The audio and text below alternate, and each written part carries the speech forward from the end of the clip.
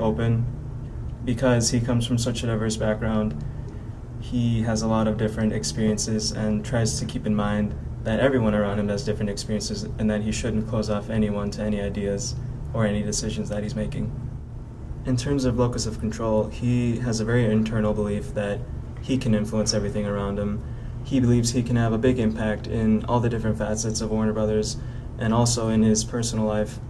As he did take part in the Al's Ice Bucket Challenge a while back, he believes that his involvement in that can attribute to the growth of awareness of the disease and raising funds for it to hopefully one day find a cure. It's just one of the many ways that he thinks he can have an impact in other things, not just here at Warner Brothers, but also in the greater community and the world.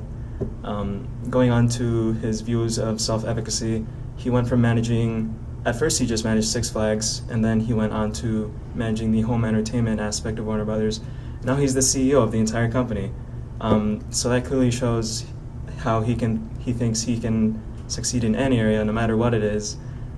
He has very high self-esteem. He's a high self-monitor. He can change his behavior. Before, when he was in home media, he was kind of more, as I alluded to before, he was more introverted, just working on his own thing here and there.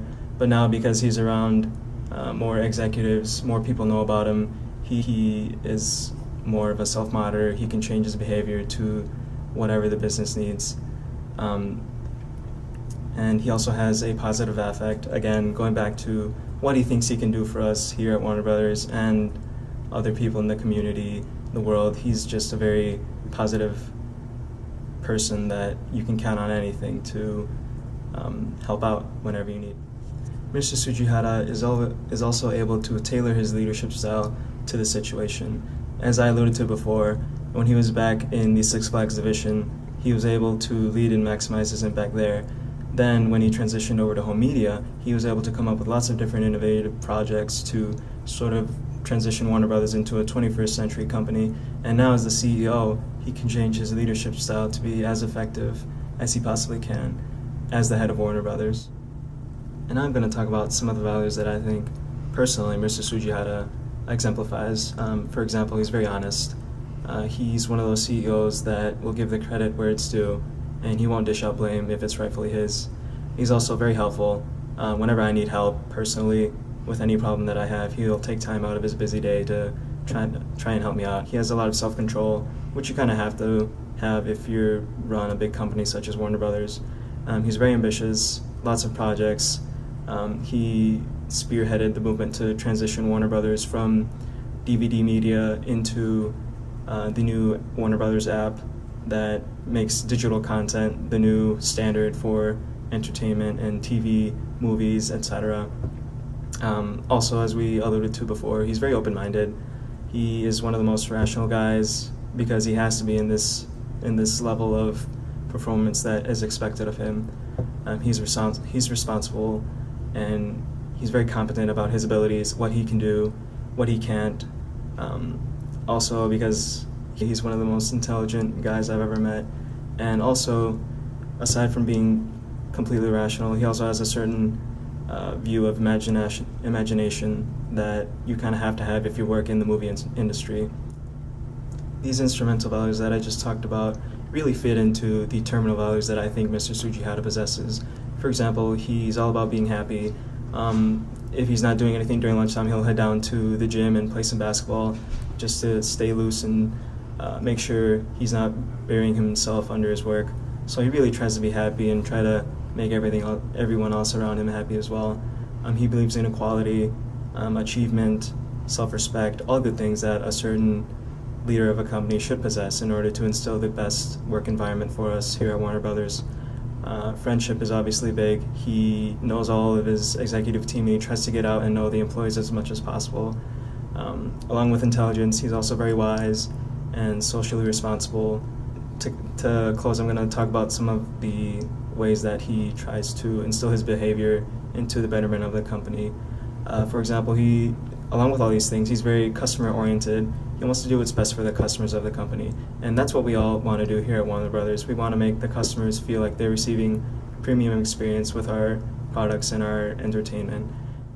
Now that I have talked about a little bit about Mr. Tsujihara's behavior, I'm going to send you over to Brian, another Warner Brothers employee here, who's going to talk to you a little bit about Mr. Tsujihara's ethical framework. Thanks, Yuri. Here at Warner Brothers, Mr. Tsujihara's fabled story as an underdog who rose to power is well known throughout the company and speaks volumes of his character and ethical makeup.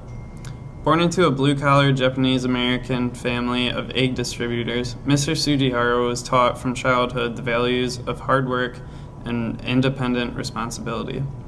Throughout his life, he exhibited hard work and strived for greatness, no matter his humble beginnings. Tsujihara's upbringing led to him highly valuing the importance of character, virtuousness, and accountability in the workplace.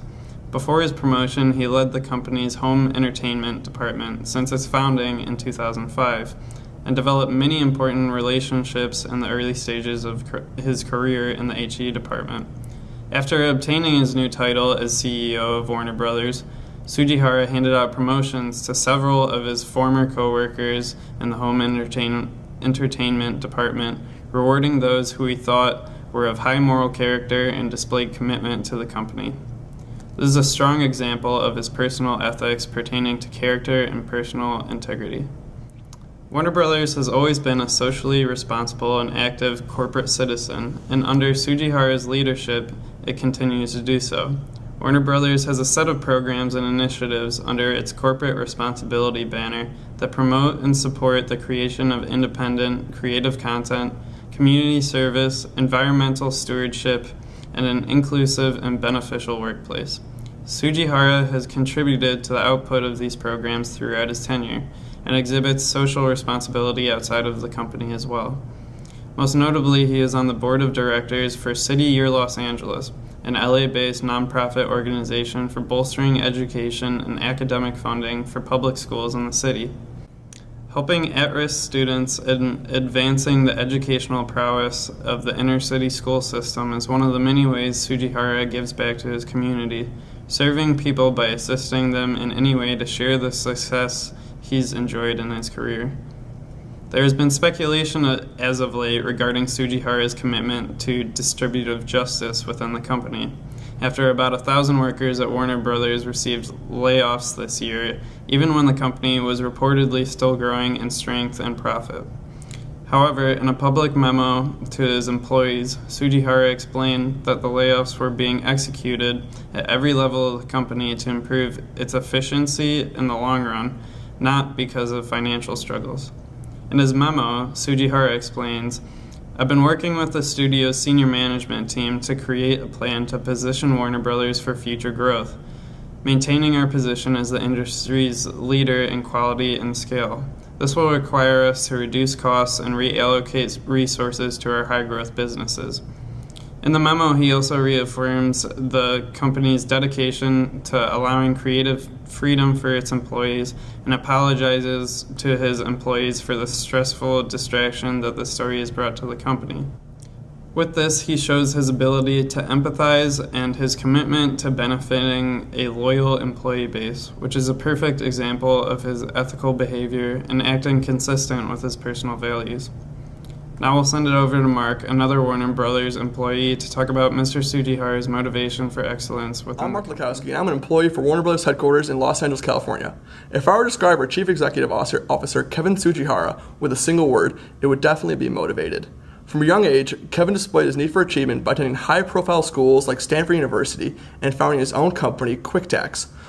Once Kevin came to Warner Bros. 2005 as president of Warner Brothers Home Entertainment, his desire for excellence translated to the entertainment industry as he took Warner Brothers from the stone age of videos and DVDs, hard copies, to the film and digital age we have today. Kevin Tsujihara has utilized his motivation to succeed to grow Warner Brothers Studios by a series of acquiring companies.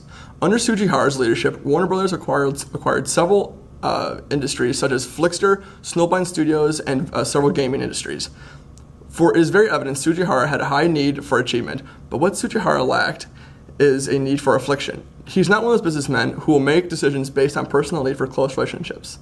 For instance, Tsujihara kicked out the head of Warner Bros. Film division, Jeff Robinoff, a very distinguished veteran in the movie industry, known for bringing famous director of the Batman series, Mr. Nolan, to Warner Bros. Studio. Last month, the Warner Bros. CEO put out a statement to the company saying that there would be heavy layoffs in the range of 900 to 1,000 employees. Now, I'm not very sure what that means for me and everyone that works around me, but hopefully I did good enough this year and my performance review at the end of the year is good enough and I can stay. I would definitely say not having a need for affliction is a good thing for businessmen like Tsujihara, because oftentimes emotions get in the way and you can't keep an eye on your ultimate goal. He led Warner Brothers to obtain industry-leading box office revenues of $5 billion last year alone. There has been the speculation of the motives behind Tsujihara's plan to lay off 1,000 employees in the near future. Is it to save money by the short run and saving on payroll by getting rid of the employees he has? That's what we're saying. That's what we're hearing from the managers. Or is it to motivate his employees the best it can be with a thought in the back of their heads of a loss of security, like insurance and the payroll for that period? Maybe a combination of both. One thing's for sure, when several CEOs did this before at GE, they saw great benefits of efficiency that the company did not have before because they streamlined all of their profits into one organization. From my point of view, I admire Tsujihara's motivational strategy. To put it in simplest form, Mr. Tsujihara is determined to keep Warner Brothers a top-notch name in the entertainment industry with new film concepts and Warner Brothers attractions. But before you have the new films and attractions, the leadership needs to work efficiently and you need to hire the right employees. At the current pace of the company, Warner Brothers should be seeing another record-breaking year in sales, partially thanks to the ambitious Kevin Tsujihara. Hopefully you have a better idea of the culture here at Warner Brothers and what it's like working alongside Kevin Tsujihara. Thanks for joining us here at Warner Brothers Studios. We can't wait for you to visit us again. On behalf of Kevin Tsujihara, thanks for visiting. That's all, folks.